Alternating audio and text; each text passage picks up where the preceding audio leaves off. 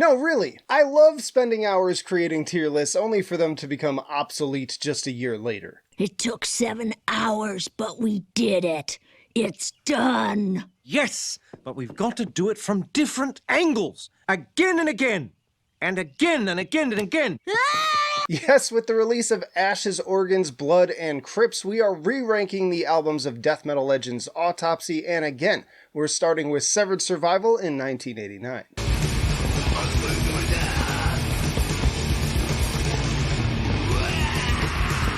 So for those who still don't know, Autopsy formed soon after drummer-vocalist Chris Reifert left Death to form this new project with Eric Cutler and the man Steve DiGiorgio on bass here. Which makes it all the more of a shame that I hate the bass tone on this recording. It sounds like a bowel movement. This album owes quite a bit of its sound to a similar style as early Death, right down to the very horror and gore-oriented lyrics and imagery. The obvious difference is that Autopsy also use a pretty hefty helping of doom in their sound. And once more, I'm just not much of a doom guy, so take that into account for my personal rankings here. You've got faster, skankier stuff like Charred Remains, but also the alternations with big, doomy power chords on Service for a Vacant Coffin and Disembowel. I love the cover art version with the 3 surgeons, lots of great drumming, and my respect to the fans out there that clearly love this record, but overall, it's just not something that does a whole lot for me personally, especially when stacked against the other excellent death metal debut albums from this era. So yeah, right from the top, gonna make some people mad, still going to C tier.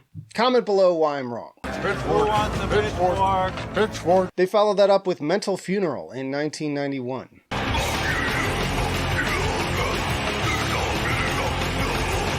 Now I have some similar notes on this one, but despite my misgivings about their overall style, it has some fun moments. Twisted Mass of Burnt Decay is a great opener, and both the songwriting and production in general feel slightly improved. I'm a big fan of the D-beat sections because I love me some speed when it comes to death metal, and I also dig the sound of the drums and bass, especially on tracks like Torn from the Womb. But once more, when we venture into the doomy stuff, it immediately drags the enjoyment down for me. Even so, trying to be as objective as possible, I'd still say it's a pretty solid album overall and a slight step up from the debut. It's just not something I can really get down with as a whole. So this one is also going to C, but slightly higher. Not that terrible. Next up is Acts of the Unspeakable in 1992.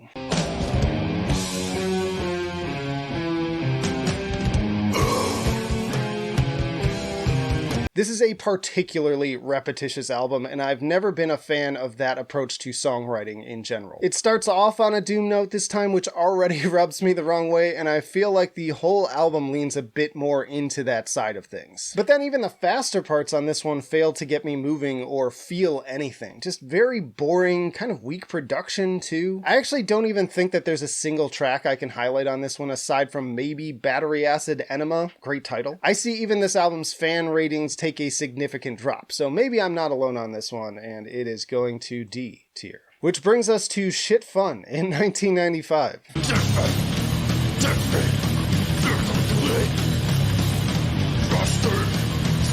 First off, again, what a truly terrible album cover, and some of these track names have that shock for shock value's sake kind of cringe to them. Ew. Is that a poop joke? Very sort of chaotic and random sounding, especially in the vocals. Very rough production too. It's not quite as terrible as I expected, with some decent riffs here and there the first time that I listened to it. But it's the lowest fan rated album on Metal Storm with a miserable 6.3 for a reason, falling a full point below the next one above it. Definitely not something I would readily choose to re-listen to, but I have seen some defenders of this one since the first time I did this ranking saying that they actually love how irreverent it is. Notably, the band also disbanded after this one originally. It is going all the way to the bottom of D tier. Yeah, it is wicked shit. But they came back for Macabre Eternal in 2011.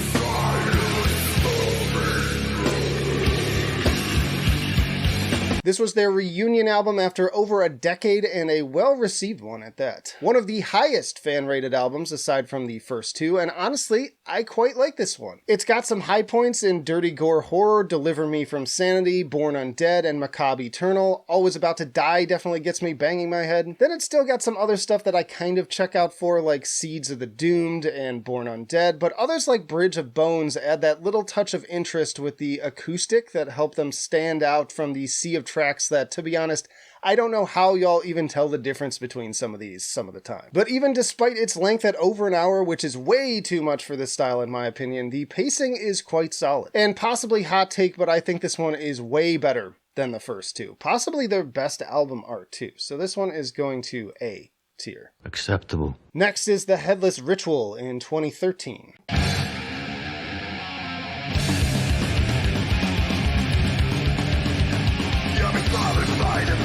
Another mashup of brute force, D-beat infused mosh pit fuel and groovy, slimy doom. Just very raw and unrefined, which fits the press release that promised it would be their heaviest, darkest, and most devastating album to date. What a headline! Slaughter at the Beast House, which is what played at the top here, it just kicks in the fucking door in the best possible way. Definitely some of their most pummeling tracks here in the likes of Mangled Far Below and the super punky Arch Cadaver. But also pretty psychedelic sounding riffs and guitar solos, which only furthers the sense of unhinged madness on others like She Is a Funeral, as well as some interesting dramatic vocal choices on Coffin Crawlers and big atmosphere on Thorns and Ashes. At times this one feels almost like listening to a live performance or even some dark ritual fitting to the title. Simply put, it's a pretty wild and somewhat unique listen in a discography that's otherwise pretty uniform. Honestly, this was one of my favorites overall and still is. I was pretty engaged because of just how different it sounds. So yeah, this is my S tier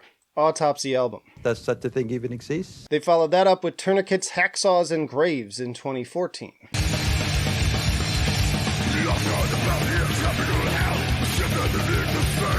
So for this one, they went into the studio with some leftover tracks and ideas from the previous album, which is interesting to me because I don't really think they sound alike at all. Kind of back to basics here with not nearly as much psychedelic chaos, which I considered to be an unfortunate move when they were finally stepping into what felt like a real evolution. It gets off to a heavy start with savagery, and I like the opening riff and fill-heavy drumming on King of Flesh Ripped. The Howling Dead is also kind of interesting in how stripped back it feels, while After the Cutting alternates between more high-octane tremolos and D-beat with bluesy groove. Good head bob to Teeth of the Shadow Horde, and Burial's got a very hypnotic bendy riff alongside the really gross vocals. Not as good as the last one, but about on par with Macabre, maybe a little bit below that one, so I'm putting this at B tier. And then we got Morbidity Triumphant in 2022.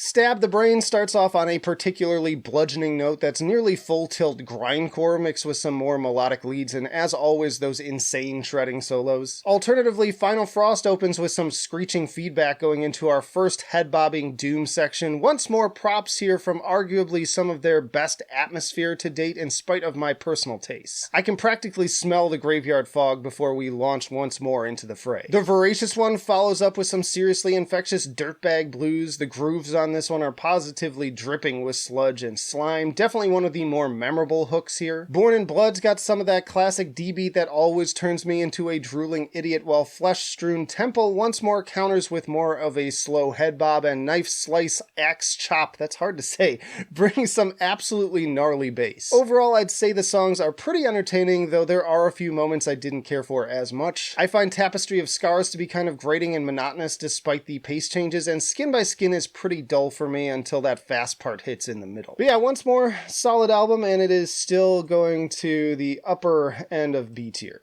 Which brings us to Ashes, Organs, Blood, and Crypts in 2023.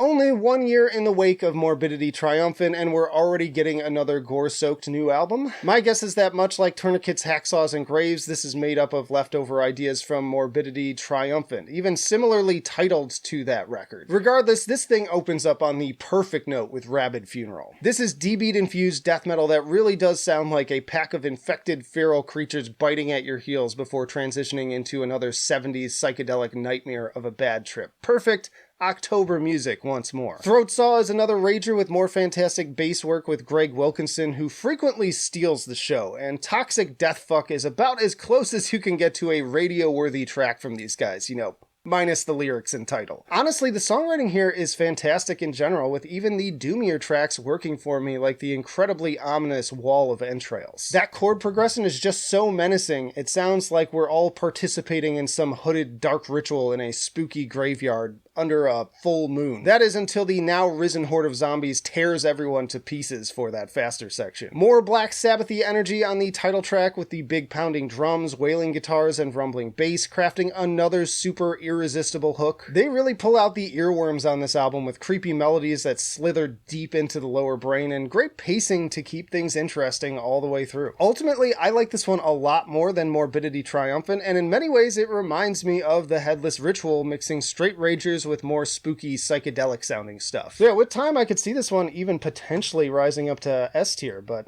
for now I'm going to put it at the top of A tier. Y'all check out this playlist for plenty more death metal rankings from the likes of Death, Incantation, Obituary, Cannibal Corpse, Dying Fetus, so on. And once more, let me know down in the comments, what do you think about these albums? How would you rank them differently? Let's get a conversation going. But that'll do it for now. Flight of Icarus signing off. I will see you in the trenches.